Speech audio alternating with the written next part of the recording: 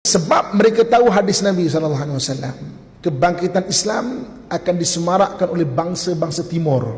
Bangsa timur ni mana? Wallahu alam. Mungkin Jepun, mungkin China, mungkin Nusantara kita, mungkin India, Pakistan. Itu semua tanah-tanah timur. Sebab itu apa jadi pada tanah-tanah timur? Mereka cuba kafirkan balik. Mereka cuba kafir, tapi mereka tak berjaya. Kurun ke-15 tak berjaya, kurun ke-19 tak berjaya.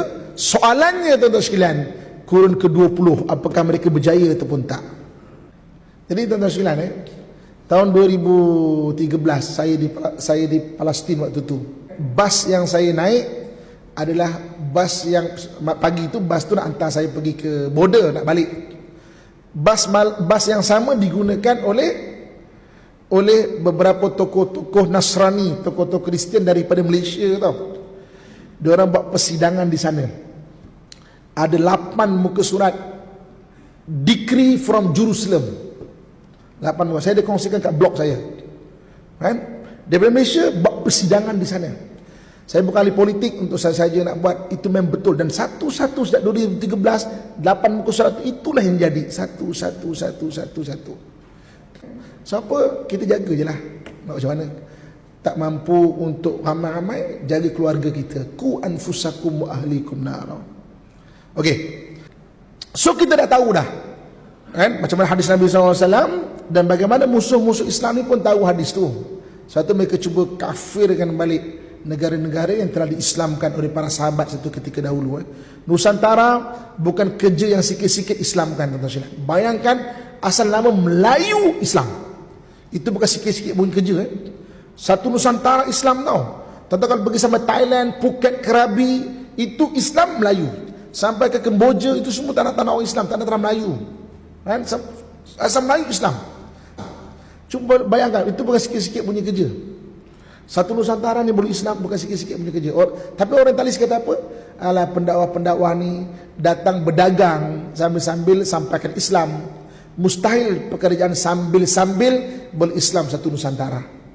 Mereka adalah datang menyampaikan Islam sambil-sambil berdagang. Bukan berdagang sambil-sambil sampaikan Islam, bukan. Saya tertarik dengan sejarah kalau di tanah Jawa. Bayangkan di Indonesia, satu Indonesia tu boleh diislamkan.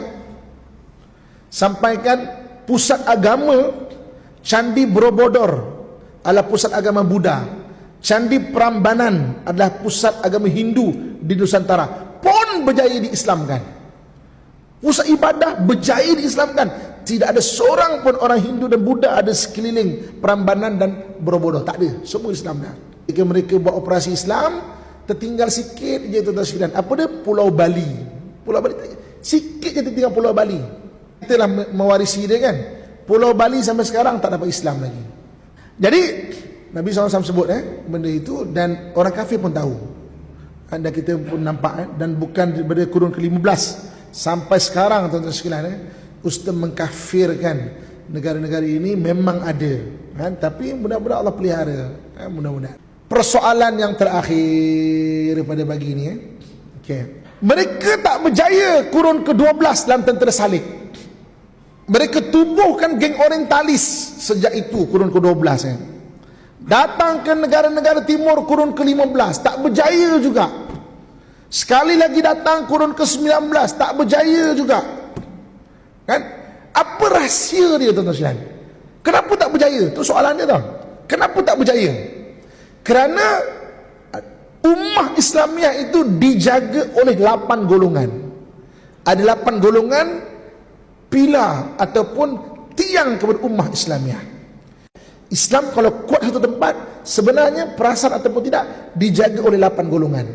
Ketika Nabi SAW berhijrah ke Madinah, dia bermula zaman Nabi lagi. Berhijrah daripada Mekah ke Madinah, Nabi telah bentuk 8 golongan ini. Kan? 8 golongan. Sebab itu tuan-tuan sekalian, saya tanya satu soalan yang mudah untuk kita fikir. Kenapa Sayyidina Abu Bakar, Sayyidina Umar, Sayyidina Osman dan Sayyidina Ali, orang yang awal masuk Islam, tapi kenapa tak banyak meriwayatkan hadis? Jarang hadis diriwayatkan oleh Abu Bakar, oleh Omar, oleh Sayyidina Osman, oleh Sayyidina Ali. Sedangkan mereka awal Islam tu, mereka daripada awal, as-sabiqun al-awwalun kalau ikut Al-Quran. Tapi jarang hadis. Kita selalu jumpa Abu Hurairah kan. Abu Hurairah hanya sempat dengan Nabi 6 tahun je. Abu Hurairah Islamnya di Madinah saja. Kenapa banyak Abu Hurairah? Kenapa tak senang Abu Bakar, Umar, Uthman dan Ali? Kerana Nabi sebenarnya telah membentuk 8 golongan ini ketika di Madinah lagi. Okey. 8 golongan yang menjaga ummah ni tuan-tuan sekalian. Yang pertama, kebijaksanaan para pemimpin. Sebab tu macam saya sebut tadi, Sayyidina Abu Bakar, Umar, Uthman dan Ali, kenapa tak banyak meriwayatkan hadis? Sebab memang Nabi gilap mereka jadi pemimpin. Golongan pertama yang menjaga ummah lah kebijaksanaan para pemimpin. Yang kedua, ummah ni dijaga oleh siapa? Ilmu para ulama.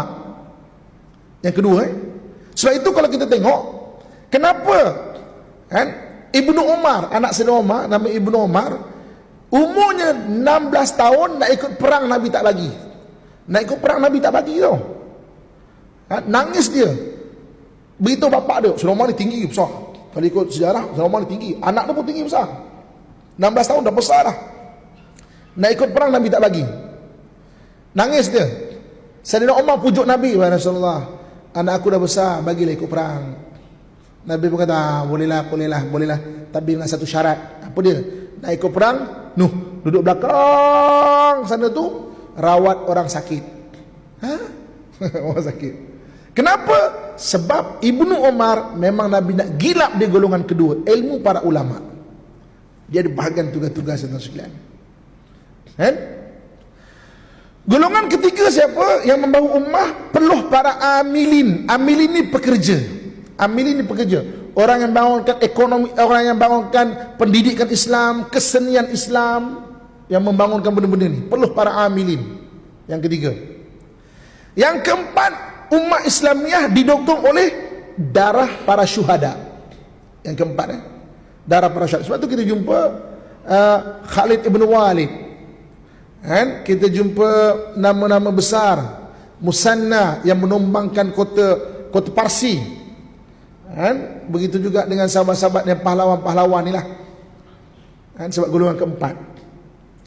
Golongan kelima siapa? Golongan kelima adalah doa para solihin. Kalau kita baca sejarah, kita akan jumpa satu golongan dia panggil Ahli Sufah. Ahli Sufah ni di Madinah. Dia nak ikut perang pun tak kuat, badan kurus kering. Kan? Kerjanya apa? Beribadah, doa, sebab perlunya golongan yang mendoakan ummah ini. Golongan keenam siapa? Kehebatan para da'i. Da'i ni pendakwah. Kehebatan para da'i, contoh macam tu, Abi Waqqas, makamnya ada dekat Guangzhou. Islam ni disampaikan oleh pendakwah di China, dikepung. China tu, negeri China tu dikepung. Satu dipimpin oleh Abi Waqqas daripada laut, Spice Route. Satu lagi dipimpin oleh Sayyidina Qis dan Sayyidina Qas. Sayyidina Qis dan Sayyidina Qas ni daripada darat pula. Kemudian mereka bertemu di tengah-tengah di Xi'an. Sayyidina Qis dan Sayyidina Qas makamnya ada di Uyghur sekarang ni. Kalau kita jalan ziarah lah makam sahabat. Jadi itu golongan keenam, kehebatan para da'i ni pendakwah. Yang ketujuh siapa? Yang ketujuh, harta orang-orang kaya, harta para aghnia, orang kaya yang memang membangunkan ekonomi Islam. Contoh Abdurrahman bin Auf. Memang berniaga, kerja dia berniaga je. Kemudian sediakan infak, zakat satu bahagian untuk fisabilillah. Buat wakaf, bangunkan universiti tertua di dunia, Universiti Al-Azhar, dengan wakaf orang Islam, wakaf orang yang kaya. Bangunkan masjid, bangun rumah kebajikan. Kerja dia berniaga je. Itu golongan ketujuh. Dan golongan ke-8 adalah rahim wanita salihah. Rahim wanita salihah, wanita-wanita salihah yang kemudian melahirkan generasi-generasi yang hebat-hebat. Ini 8 golongan yang membahu ummah, tuan-tuan sekalian. Jadi sampai Rasulullah SAW berhijrah daripada Mekah ke Madinah, Nabi bentuk 8 golongan ini. 8 golongan inilah penjaga ummah. Selagi mana 8 golongan ini kuat, ummah tidak akan tombang. Itu yang berlaku pada kurun ke-12, kurun ke-15, kurun ke-19. Kenapa operasi menggospelkan tanah-tanah Nusantara ni, tanah-tanah timur tidak berjaya? Sebab 8 golongan ini kuat.